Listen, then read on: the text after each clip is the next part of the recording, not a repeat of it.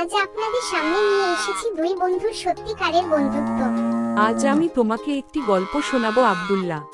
ঠিক আছে, বলো হাসিনা। একসময় এক ছোট গ্রামে থাকতো দুই বন্ধু, রায়ান এবং মাহির। রায়ান খুব তাড়াতাড়ি রেগে যেত, আর মাহির ছিল শান্ত, ধৈর্যশীল এবং ভদ্র। একদিন তারা বনপথে হাঁটছিল। হাঁটতে হাঁটতে একটি ছোট বিষয় নিয়ে রায়ান রেগে গিয়ে মাহিরকে কটু কথা বলে ফেলল। বলল, তুমি আর আমার সঙ্গে কথা বলবে না। মাহির তখন কিছু না বলে বালির ওপর লিখল, আজ আমার সবচেয়ে প্রিয় বন্ধু আমাকে কষ্ট দেখে রায়ানের মন খারাপ হয়। সে কিছু না বলে চুপচাপ হাঁটতে থাকে। কিছুক্ষণ পর তারা নদীর ধারে আসে।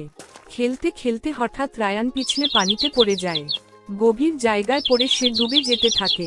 মাহির কোন দ্বিধা না করে দ্রুত পানিতে লাফ দিয়ে তার বন্ধুকে বাঁচিয়ে আনে। তীরে উঠে রায়ান দেখে মাহির এবার একটি পাথরের ওপর লিখছে, আজ আমার সবচেয়ে প্রিয় বন্ধু আমার জীবন বাঁচালো।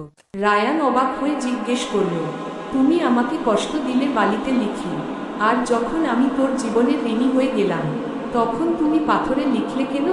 মাহির হাসল এবং বলল, বন্ধু, মানুষ আমাদের কষ্ট দিলে তা বালিতে লেখা উচিত, যাতে সময়ের বাতাসটা মুছে যায়। কিন্তু কেউ যদি আমাদের উপকার করে তা পাথরে খোদাই করে রাখা উচিত, যাতে কখনো ভুলে না যায়। রায়ান চুপচাপ তাকিয়ে থাকলো। তার চোখে জল চলে আসলো। সে বলল, তুমি সত্যিই আমার সত্যিকারের বন্ধু।